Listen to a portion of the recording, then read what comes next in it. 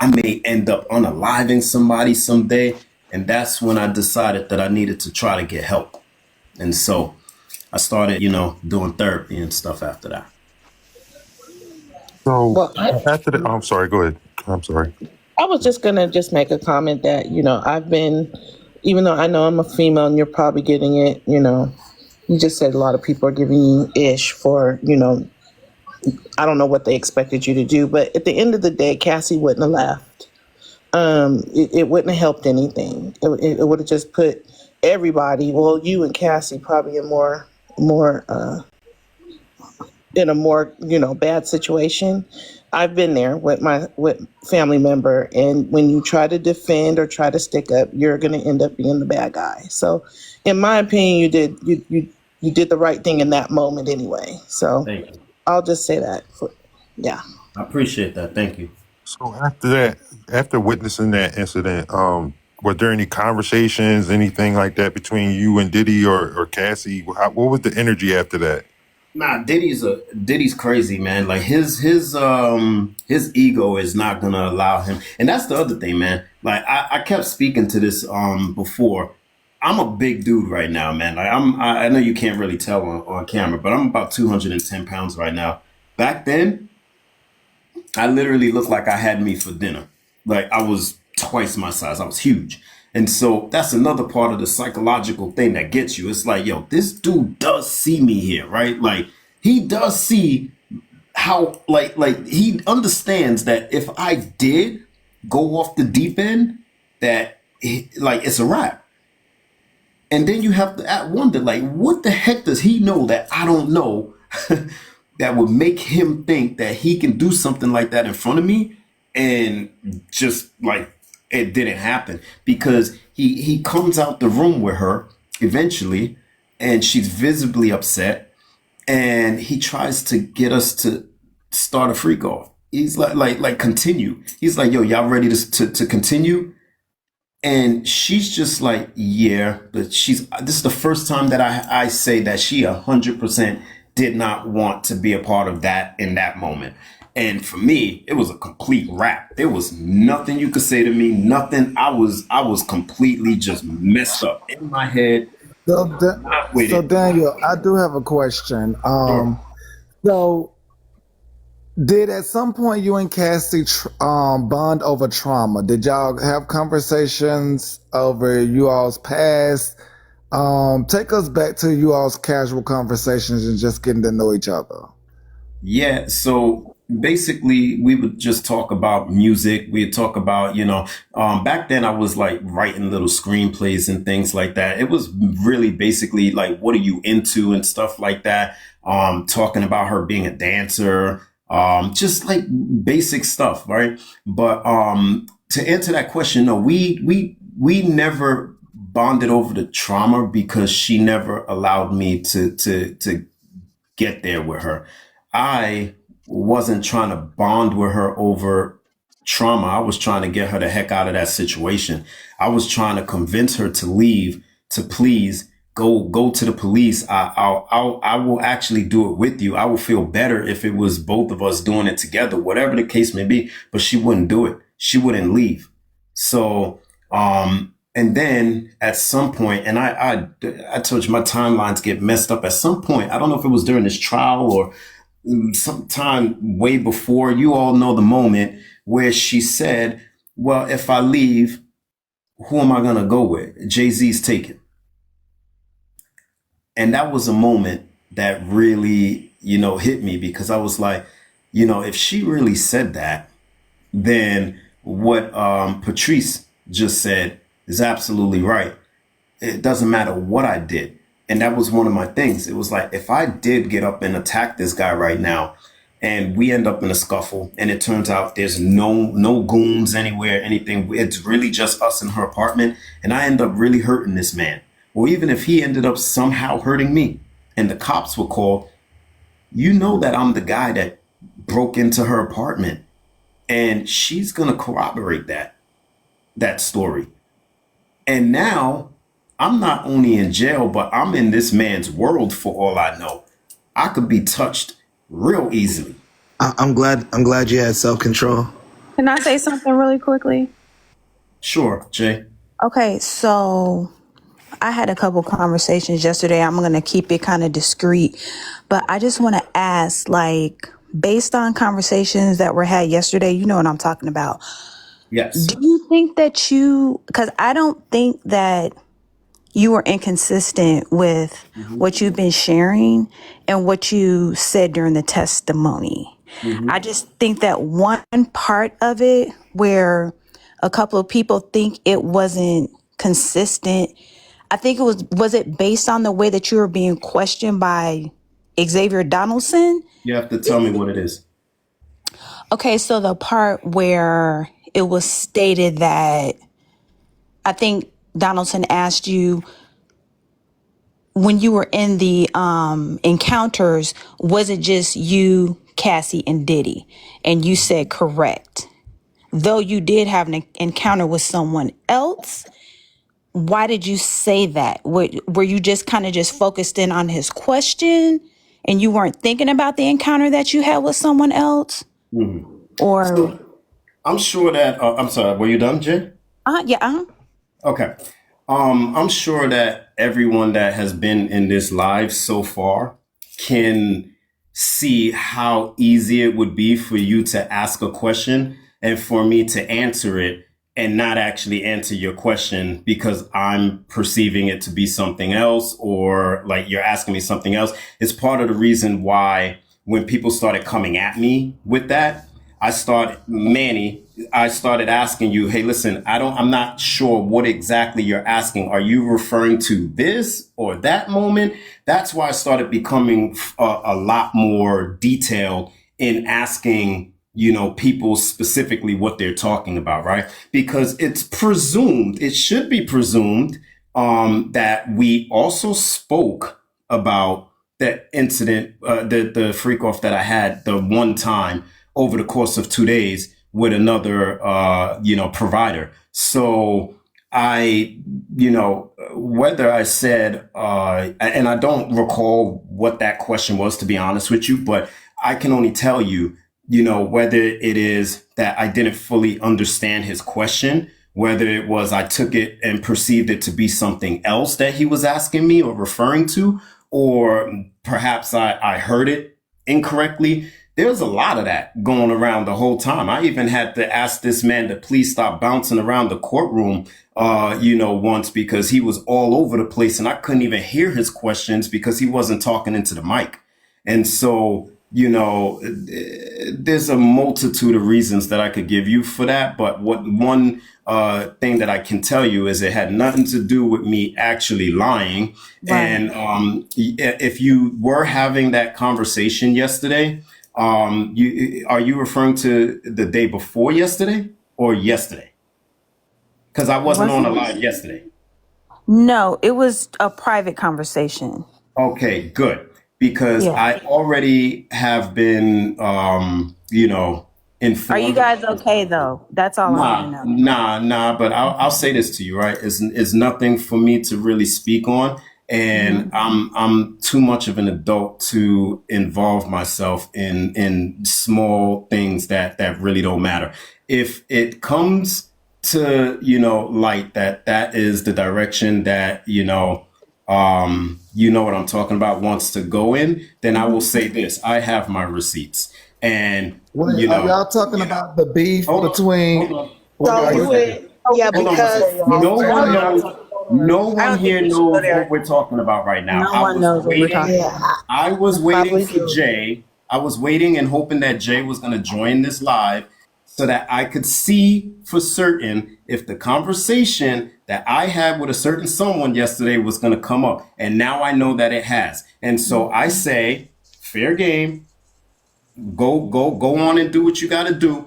But in the end, you're gonna make yourself look incredibly bad because I have my receipts, and when I put my receipts out, you're going to end up feeling like, oh, well, you probably shouldn't have done that. But what I will say as well is I'm not going to get into any kind of confrontations with anyone. That is not what I'm trying to be about. I have too much things going on with business. I have too much things. I have an 8-year-old son. I am not like if people want to go out there and try to spin narratives and so on and so forth, let them do it. I could care less. You're just making yourself look exactly what people keep saying that you look like, which Right. is jealous, which is envious, which is,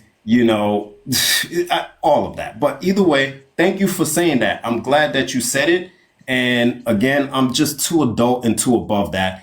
I can explain whatever it is that whatever anyone wants to try to say. It's totally fine with me. I'm okay.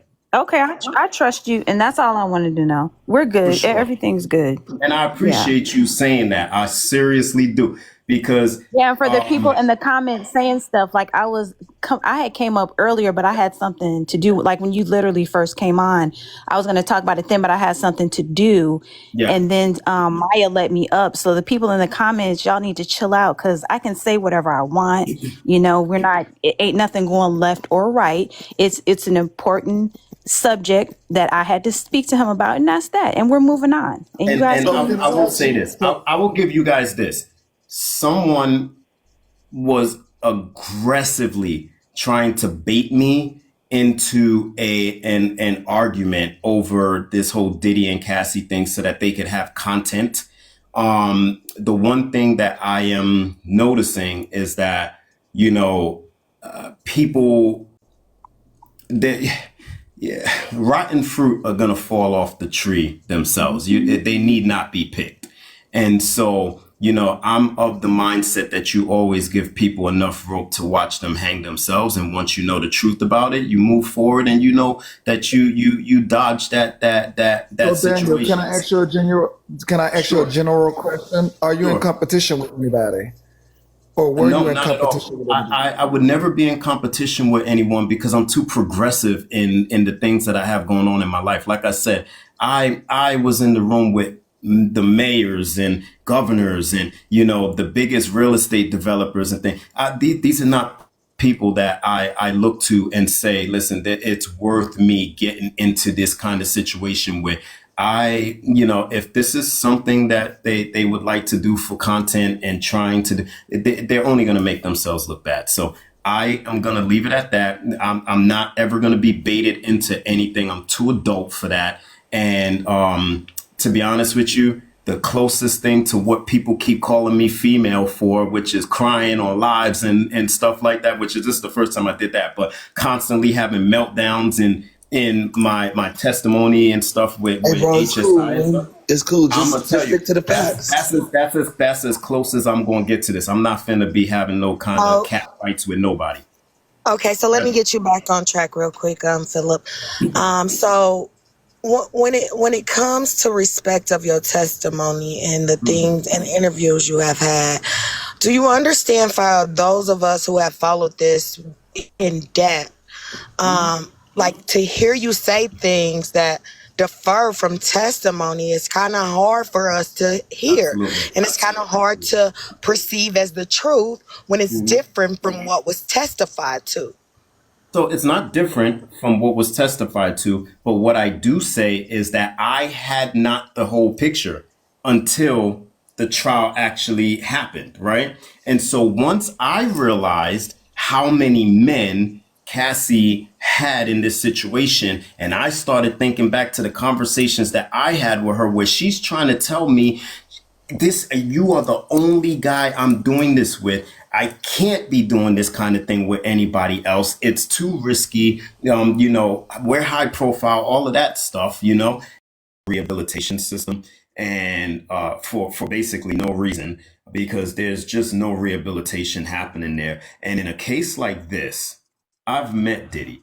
I don't think that this guy is walking around just saying, I want to hurt people all day, all night, anything like that, just because I'm a bad person. And I think this dude truly went through some things in his life that turned him into the monster that a lot of people are calling him, right? And so I believe that this guy needs rehabilitation. I believe that he truly needs to be in a system that is going to address whatever it is that it has him chronically making, these smex movies and hurting women and, whatever it is. And if you don't address it, then all that's going to happen, if it's not going to be putting him away for life, is he's just going to get out and it's going to continue because, lessons are to be repeated until they're learned. And you ain't going to learn anything if that trauma is still living inside of you and you're not addressing it. So that's just how I feel about it. But on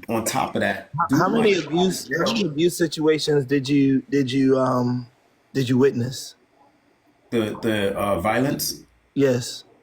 I physically saw one and then I heard the other, and she came running out of the room after he left out of the hotel room and jumped in my lap and started I started consoling her.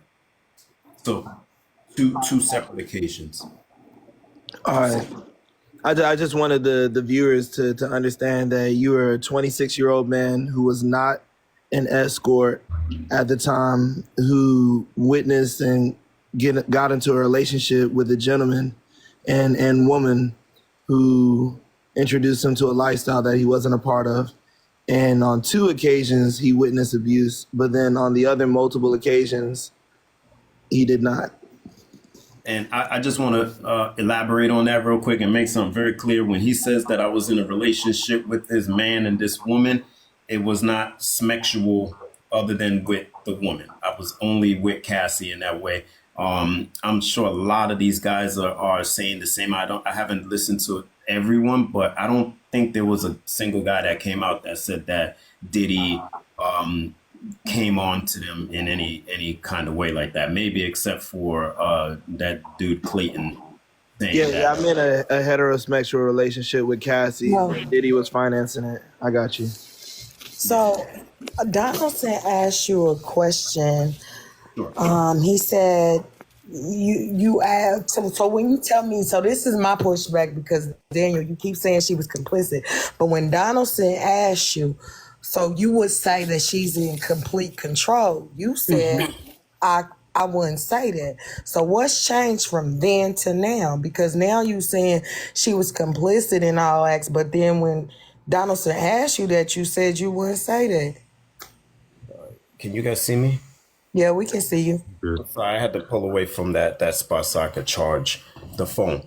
So I have not looked over my testimony, but what I can tell you, what I was feeling when he was cross-examining me, was it felt like he was trying to bait me into saying that Diddy was not involved or like he wasn't the one at all that had anything to do with this, right? He was trying to pin this all on Cassie and saying that, oh, she's the one that was doing this, right? She liked it, right? She wanted all of this and stuff, right?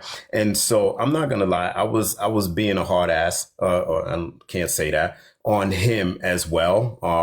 Partly because of the way that he was talking to me.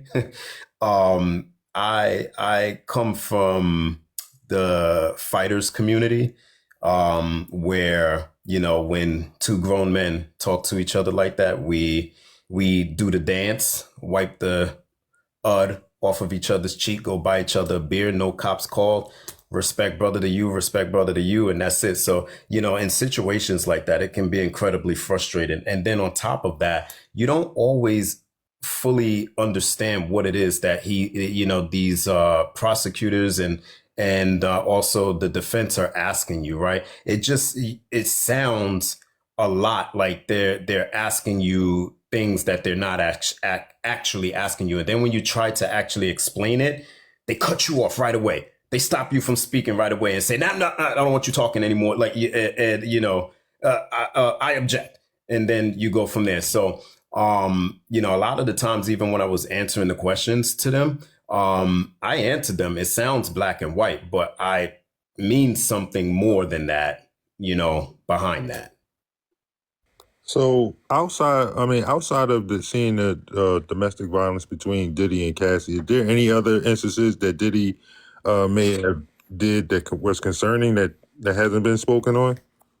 Only the smug incident. I want to say, if anyone ever offers you something, right, you have to take the accountability to say, listen, I was dumb enough to take it, right?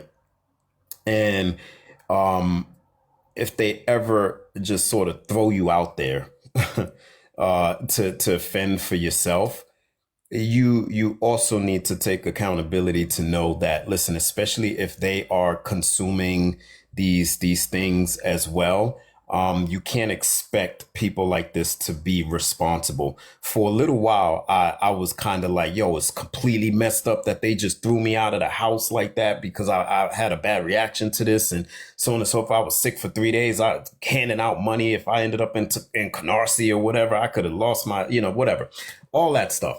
But the truth of the matter is this: like, if you're gonna play games like that, you might end up in a situation where you're gonna mess yourself up. And I messed myself up. Thank God it wasn't anything permanent or anything like that. But that situation, I'm taking accountability for that because even if it wasn't what they told me it was that they were giving me, it was up to me to take it and try something like that with them, and they both were taking it as well. So at that point, I can no longer say that these people were not under the influence or not completely just not aware of what it is that they was doing entirely. Okay. You can't party on an empty stomach, bro. So I can't party at all, man. Didn't Like, really see anything else besides the domestic violence issue that really was concerning about Diddy. That's what I got from that. So I remember earlier in the live that you, when you had said that you thought Diddy was a cool dude, you had conversations with him. I'm guessing now your perception of him has changed after all this information and everything. You still think he's a cool dude? I think that every single person in this world deserves a chance at redemption. I am not someone that is anyone to judge. I can tell you what my experiences have been. I can tell you what my opinion about things are, but I'm not one to sit there and say that, yo, this dude is like, the worst person on planet Earth and deserves to, lie down with the fish or whatever the case may be. No, everybody deserves a shot at redemption. And I really just hope that the guy is getting the help that he needs. And I hope that that he's never going to have the state of mind or heart to hurt people anymore. And I'm not just saying that for me. I'm saying anyone, because let's be real, that was somebody's daughter and somebody's sister every time that he put his hands on a woman. And from the 2 times that I've seen it happen, first off, I don't think any man should be putting their hands on a woman. But from the 2 times that I've seen it happen, it seemed like it was completely unwarranted. There was nothing she did, literally nothing. He just maybe was under the influence and I didn't know, and just was wigging out and having that kind of reaction. I can't speak to it, but I think So he deserves. Daniel, let me ask you this. Now looking back from this time back to 2011, do you actually think Diddy is a monster? I know that word has been used a whole lot. Do you actually think Diddy is a monster? I've even used it. The one thing that I can say is that, and it also speaks to, some of the things that people are like, yo, you contradict yourself, so on and so forth. I've grown a lot during this trial. This trial has had me faced with, so much negativity. I've never been under a magnifying glass like that, where people, even before I even came out, and some of the things that people were saying about me, so I can't sit here and say that I've never called Diddy a monster and felt the same way that everyone else has, but I've grown, man. Like, and I feel that's just what I feel. I feel like he deserves a chance to be a better person, as long as he does the work. If not, then, perhaps it's best to have someone like that off the streets forever. So stemming from that, can you take us back to what are some things that you think that he displayed as a monster? I know the two incidents that you referred to, but beyond those two incidents, what are some other things that they missed in trial that you may think are monster? That's it. I can only, again, speak to what I have always heard about Diddy, just the same way everyone else heard about it. Like, him offing people and, like, doing things like that. Like, pretty sure everyone has heard these kind of stories. And so, it didn't seem fitting to the character when I met him until I saw him go off the hinges one day and actually put hands on Cassie the way he did. But God damn.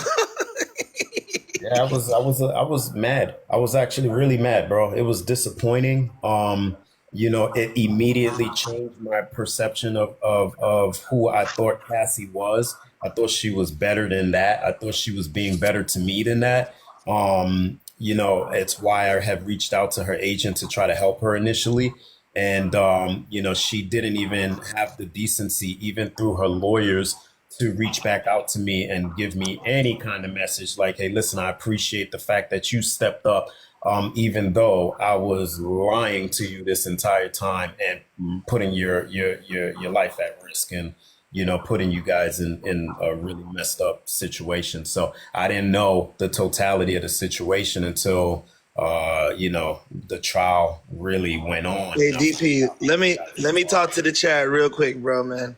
To all the brothers who think that you can tell when they be getting down, you cannot tell. He is telling you right now, he said it on the stand, that he could not tell that Cassie was getting down the way that Cassie was getting down.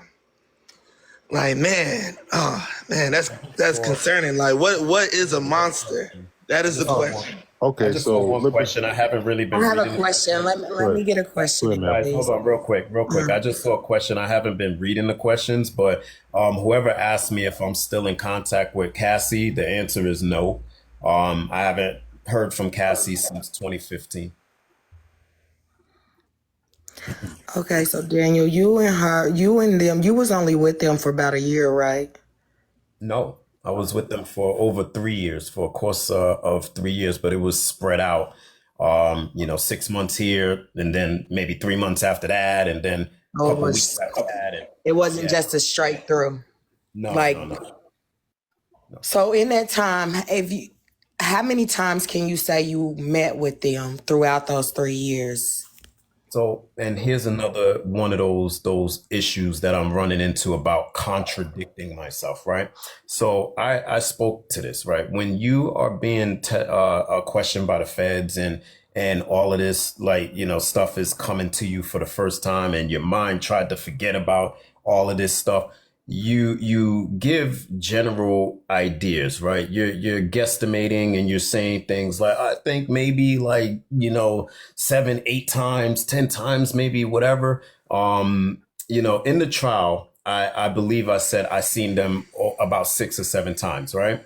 And I was fine with that. And then I started reaching out to some of the guys and talking to some of the guys. And we would be on the phone for like 8 hours, 6, 7 hours at a time. And I would be like, oh, snap. I remember that time that I did that. I had that happen too. And so, how it works with memory, especially when you deal with trauma situations, is the more you talk about these things, the more you start to recollect, right? And so, yeah, I may have said I've seen them 6 or 7 times.